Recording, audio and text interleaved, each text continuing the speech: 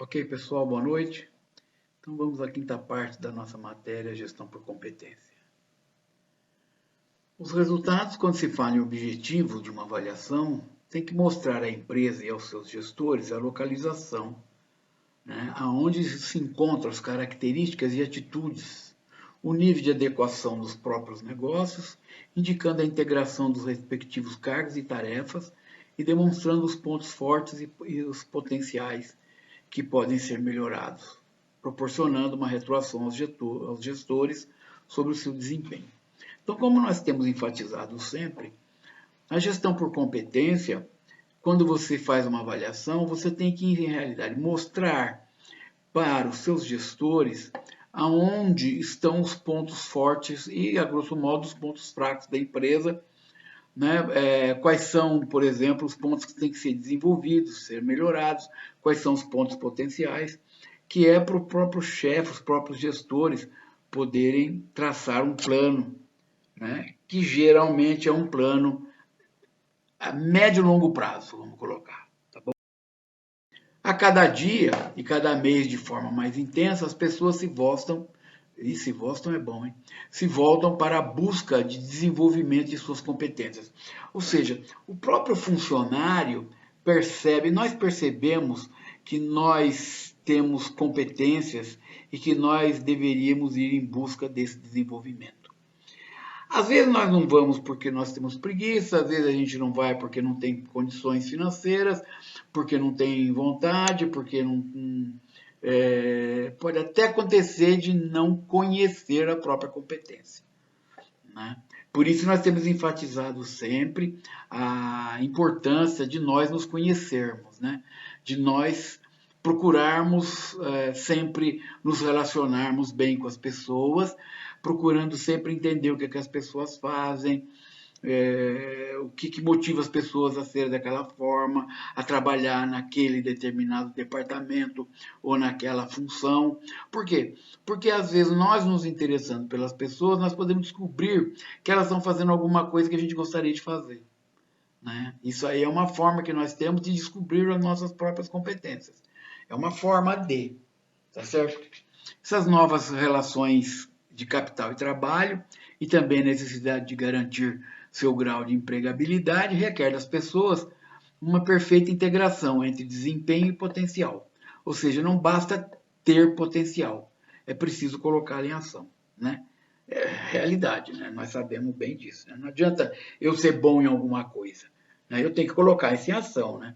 É aquilo que nós já comentamos a respeito do chá. Né? Competência, habilidade e atitude. Não adianta ter competência e habilidade se você não tem a atitude. Né? Se você não tem a... Nós, né? Você, agora você vai se matar, né? Tudo é culpa sua. Né? Na realidade, somos nós. A avaliação de desempenho por competências mostra-se assim como uma ferramenta gerencial efetiva para incrementar a gestão do desempenho, alcançando maior nível de profundidade e ajudando a identificar causas do desempenho deficiente. Ou seja, isso aqui é interessante você ter essa noção, que aí, às vezes você pode pensar, pô, que bosta, né? Eu vou ter isso aqui, pô, sabe? Eu na função que eu estou nunca vou aplicar isso, não sei o quê. Exatamente aí que está um grande equívoco. Porque na realidade, mesmo na função mais simples que você tiver numa empresa, você pode começar a se desafiar no sentido de perceber as potencialidades das pessoas. Né? O que, que as pessoas são, o que, que elas gostam, né? Qual seria um lugar bom para elas trabalharem, se elas estão no lugar certo, se elas estão felizes ali. Né? Isso é uma forma que nós temos de começar efetivamente uma avaliação de desempenho.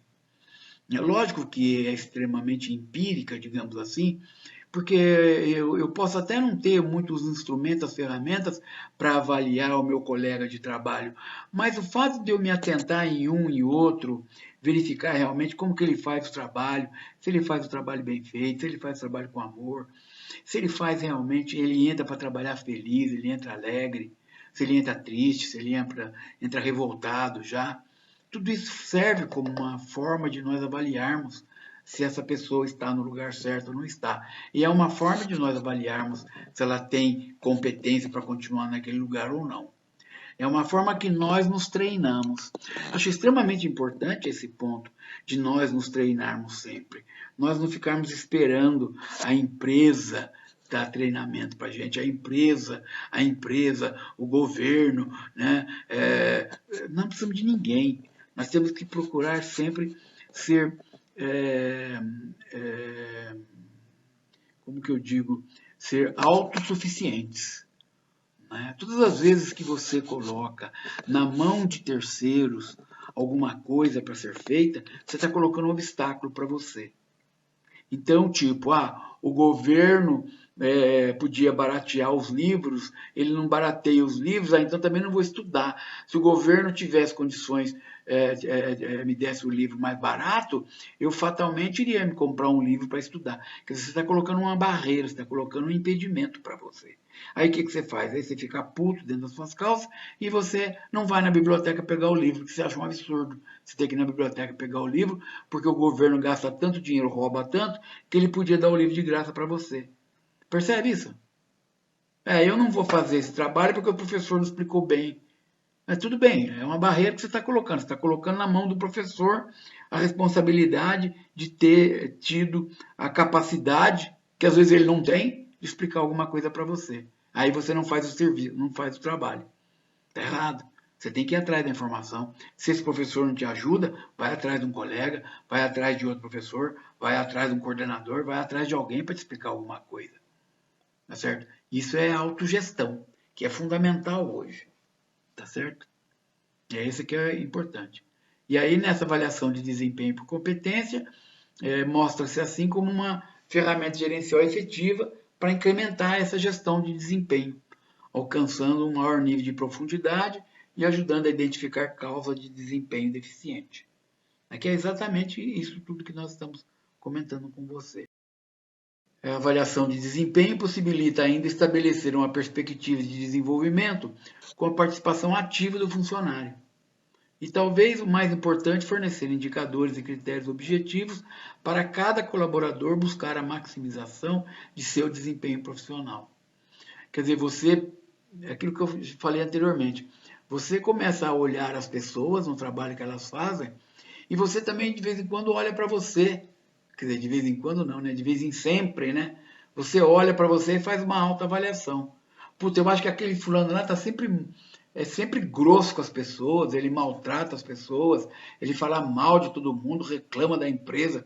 Como que eu ajo?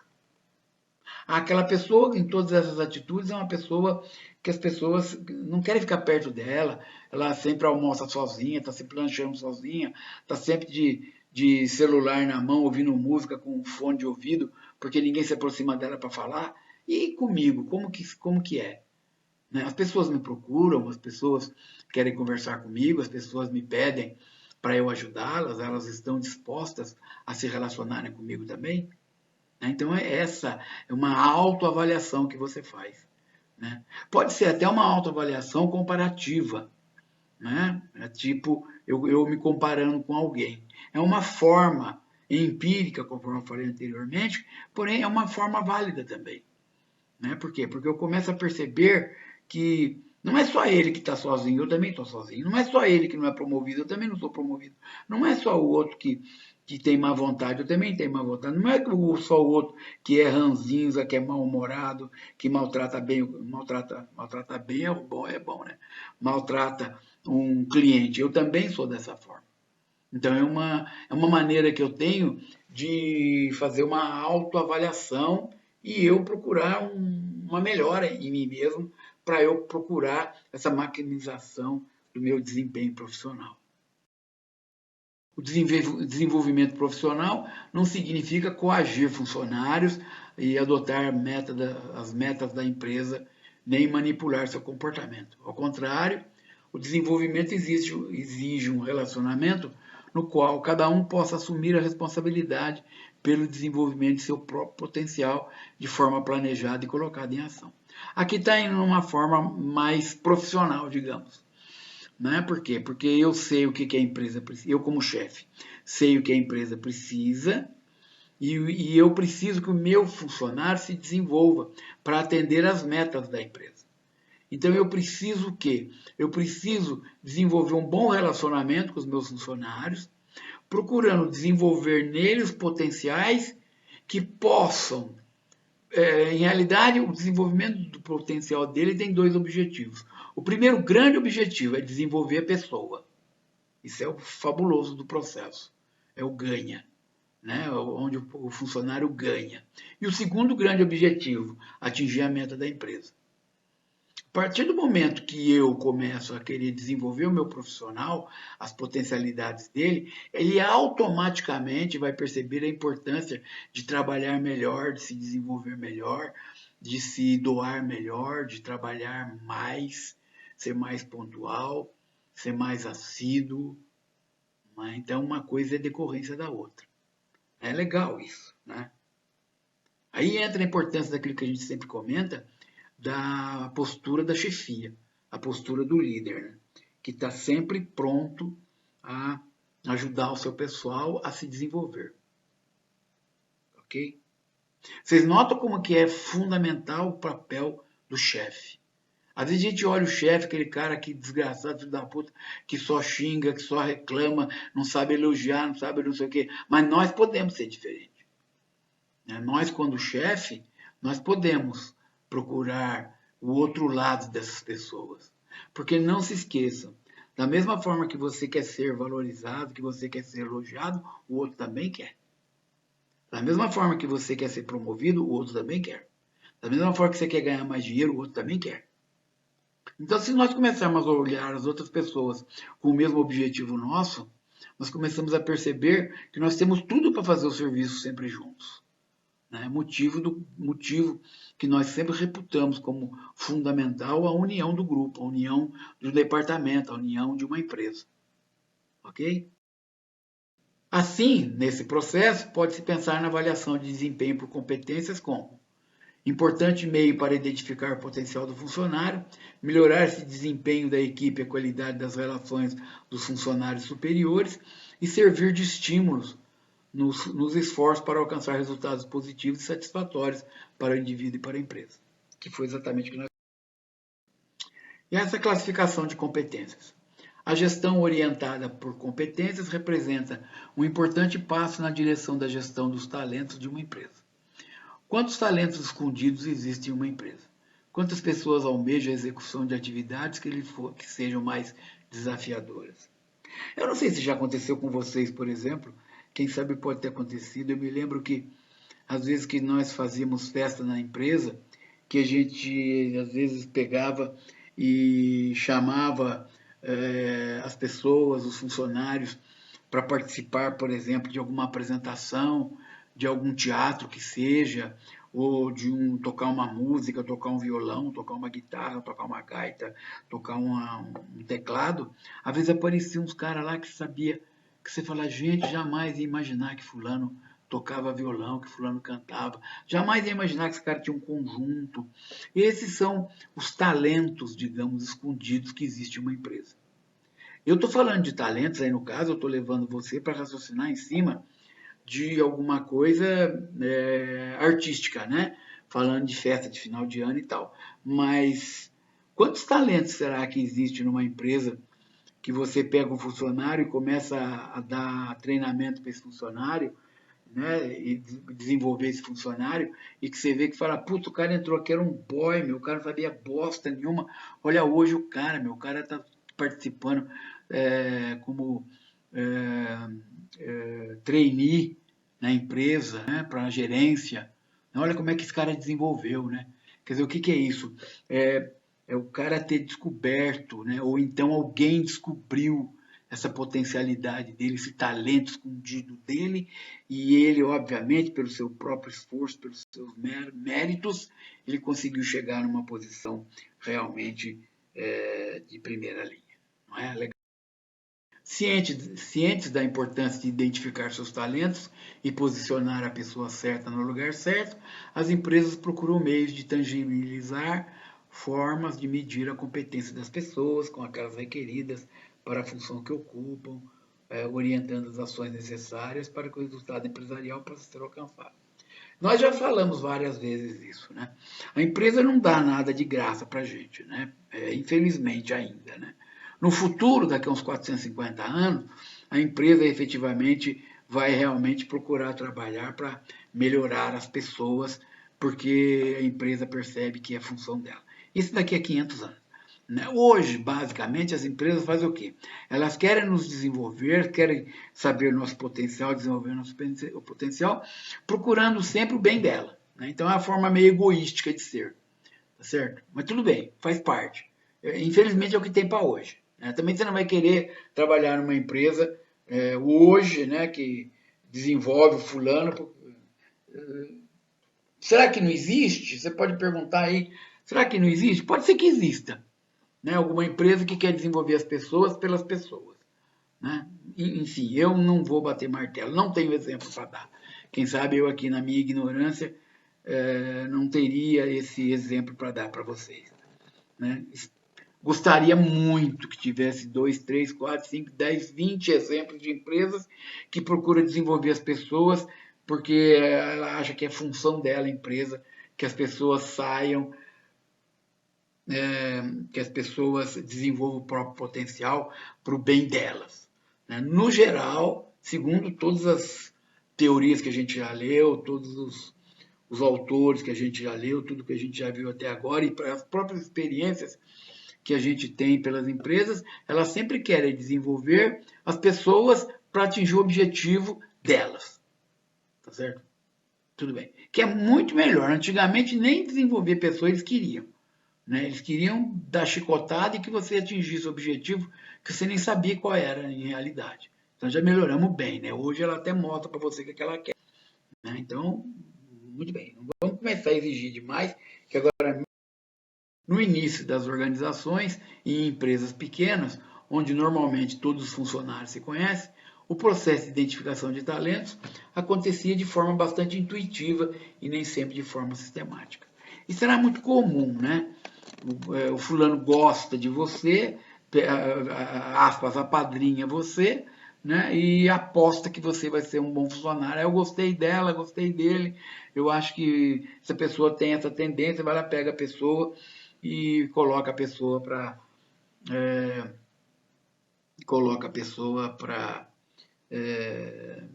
desenvolver determinado talento, por exemplo, que eu achei que essa pessoa vai dar certo. Né? É meio intuitivo, e daí, enfim, com a velocidade das mudanças, e em particular nas empresas de médio e grande porte, essas possibilidades de todos se conhecerem e conhecer as suas competências ficou mais distante. Lógico, né? Uma empresa grande, uma empresa média, já fica mais complicado, né? Conhecer as pessoas, ter essa acuidade de perceber talentos e tal, né? Não somente pela própria quantidade de funcionários, como pelo próprio processo de evolução do conhecimento das pessoas, que é extremamente dinâmico.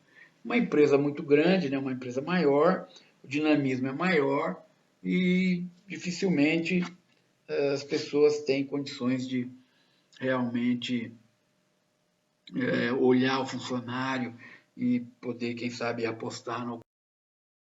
O retrato dessa dificuldade de identificar os talentos necessários para uma empresa, quando não há uma sistematização em alinhamento das competências necessárias às estratégias empresariais, pode ser mais claramente observado a partir de um fato que ocorreu em uma empresa de telecomunicações ao se instalar no Brasil, quando a mesma necessitava ter em seus quadros um determinado especialista. A história aqui, a partir da demanda de um determinado conhecimento, a empresa partiu para a contratação de um especialista para a função. Como não foi encontrada essa pessoa na empresa, houve necessidade de recorrer a uma consultoria para viabilizar essa contratação junto ao mercado.